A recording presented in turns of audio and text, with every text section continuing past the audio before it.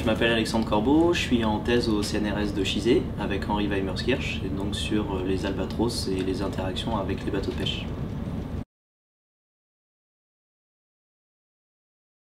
À bord, je vais faire les suivis long terme, donc le comptage des oiseaux. On va compter pendant toute la rotation, et à terre, je vais aller à Kerguelen pour déployer les balises qui vont détecter les bateaux de pêche sur les adultes. Les albatros sur l'heure, les plus grands, ils font jusqu'à 3,50 m d'envergure. Donc c'est-à-dire on se pose deux fois et ça fait à peu près, on s'allonge deux fois, ça fait à peu près cette taille-là.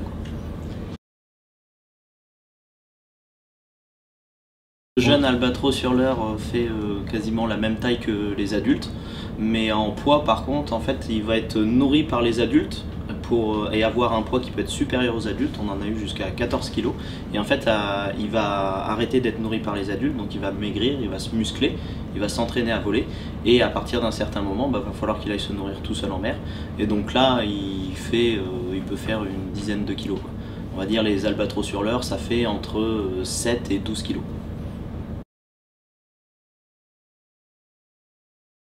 Et les parents ne montrent pas aux jeunes comment se nourrir, ils vont vraiment au moment où ils sont autonomes, les parents vont arrêter de le nourrir, et donc les bébés albatros ils vont devoir aller en mer se nourrir tout seuls, et donc il n'y a pas d'apprentissage.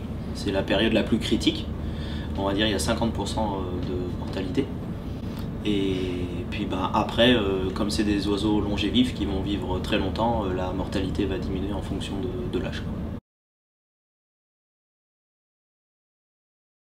Il y a toujours du vent dans ces endroits-là, donc en fait c'est des voiliers extraordinaires, il suffit qu'ils écartent les ailes et avec le vent de face ils vont pouvoir décoller très rapidement. Quand il n'y a pas de vent, va falloir qu'ils se lancent et qu'ils courent, comme par exemple souvent on voit les cygnes sur l'eau, ils vont courir et puis prendre de l'élan pour pouvoir décoller.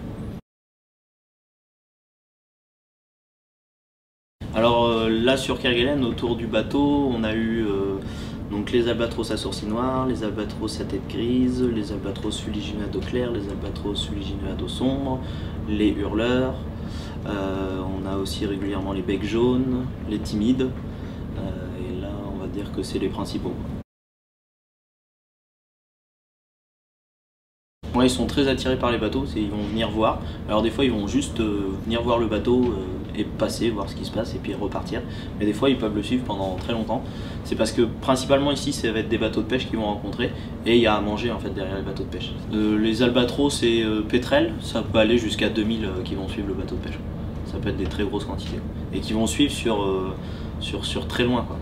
Ils vont pas toujours être vraiment à l'arrière du bateau, ils peuvent suivre à 4-5 km. Sachant qu'un albatros peut détecter un bateau de pêche à 30 km. Alors il y a des problèmes parce que les albatros vont chercher de la nourriture derrière les bateaux de pêche, et en fait le problème principal où il y a beaucoup de mortalité chez les albatros, c'est en fait derrière les bateaux de pêche à la palangue. La palangue, donc c'est un câble avec des petits hameçons tout le long, donc il va y avoir des milliers et des milliers d'hameçons, et avec des appâts. Et donc au moment de mettre la ligne à l'eau, les albatros vont aller essayer d'attraper les appâts, ils vont se prendre dans les hameçons, ils vont se noyer dans la palanque. Voilà, dans la ZEE, les bateaux de pêche légaux, il y a des règles qui ont été mises en place qui marchent très bien. Il y a plus de prise d'albatros dans les palanques. Ils vont mettre des effaroucheurs à oiseaux, donc en fait ça va être des rubans qui vont empêcher les oiseaux d'avoir accès à la palanque.